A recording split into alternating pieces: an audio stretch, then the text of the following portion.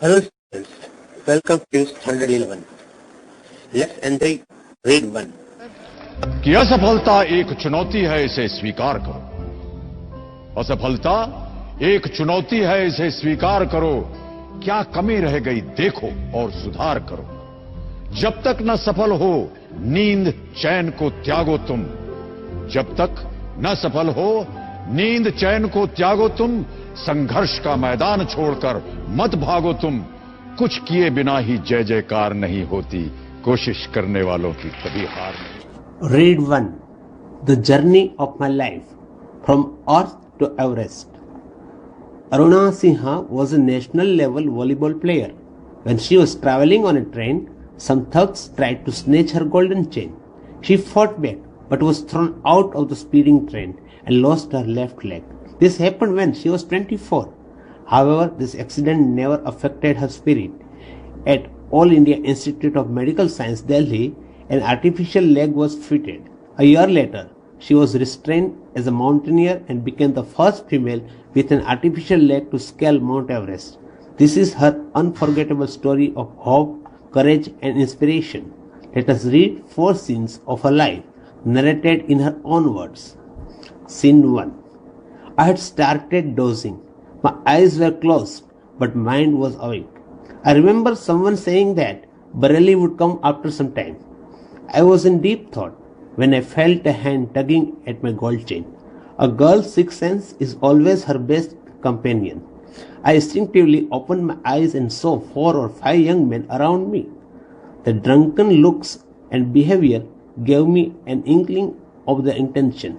I stood up in a flash to tell them that I had no intention of parting with my chain, so they came together at me. Even though the compartment was full, none of my fellow passengers got up to even inquire what was happening. Forget about their coming to my rescue. I had no option but to take them on. So I caught a youth who was trying to seize me up by his collar and push him back. I kicked a couple of others. An exceptional battle had begun inside the train on the move. The wolves made another attempt to snatch my chain. Still I resisted, until one of them, driven by frenzy, gave me an extra hard kick using all his force. Off balance, I could not recover in time. I literally flew out of the train still holding my mobile phone.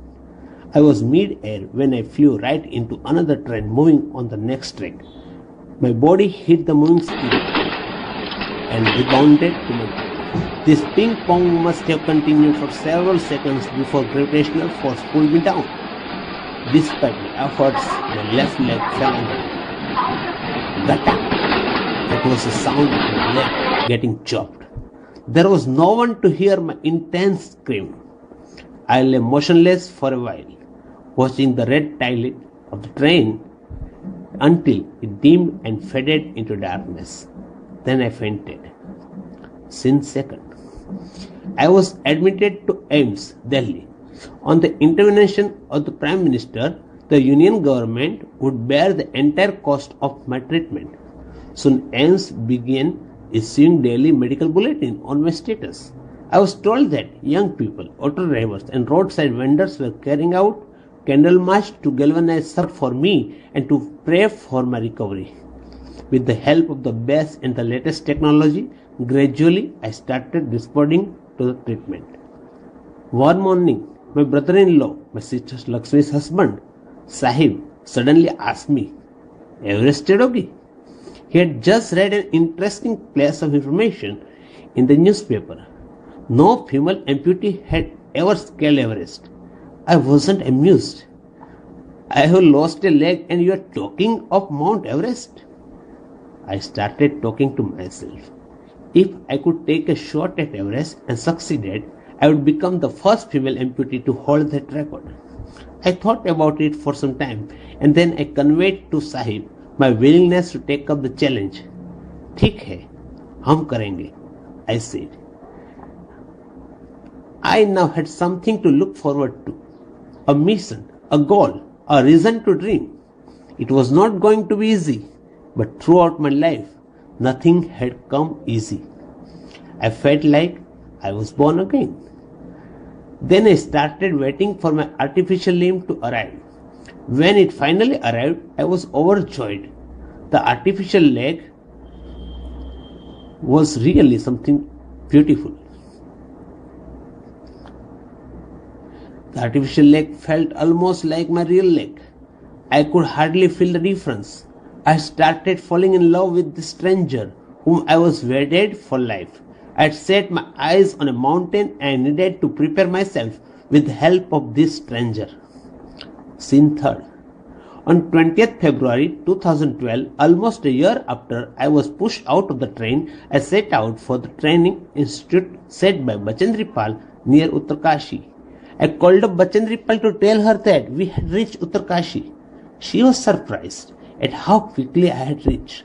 After this, my confidence skyrocketed. Bachendri Pal always pumped fresh confidence in me. Arunima, you are far better than others. These people seem to be suffering from a handicap, not you. I am proud of you. But before Everest expedition, you will have to prove yourself. If you climb 21,798 feet high Chasmar Kangri mountain in Ladakh, you will be on your way to Everest. I successfully completed that expedition.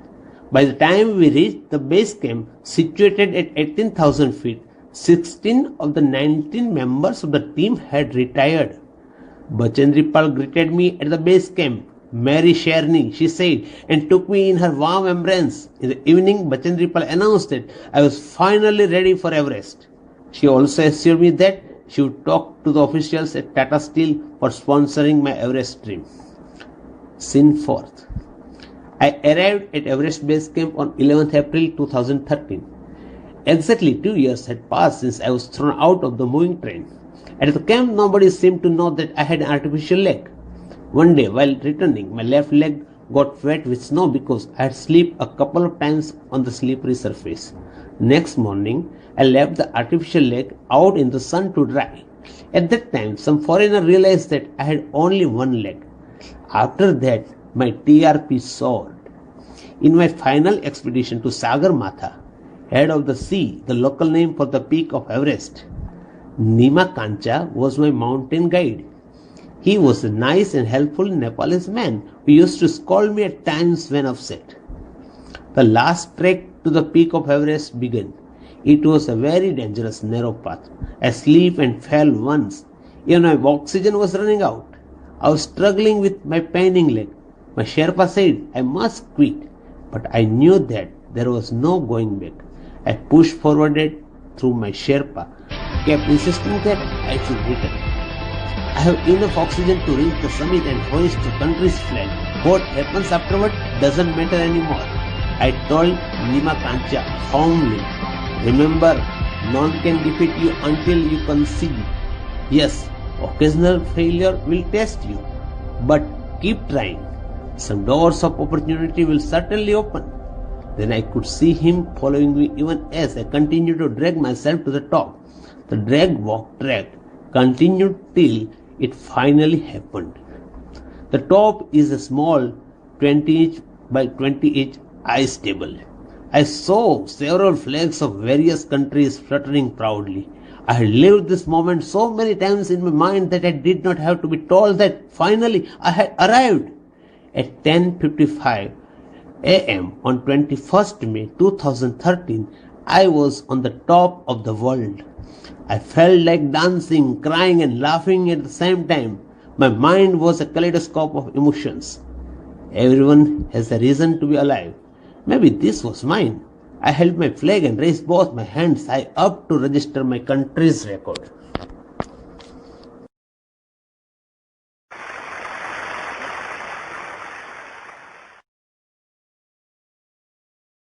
Thank you so much आप लोगों को कि इतनी देर किसी को बैठ के सुनना सबसे बड़ी बात ये होती है, क्योंकि जब वहां पे हम बैठ के किसी को सुनते हैं तो उतना पेशेंस रखना पड़ता है, ये मुझे लगता है। और एक्चुअली मैं 26 साल की हूँ। 2011 में चलती ट्रेन से मुझे कुछ बदमाशों ने, मैं वॉलीबॉल चैंपियन भी रह चुकी हूँ, 2011 में चलती ट्रेन से मुझे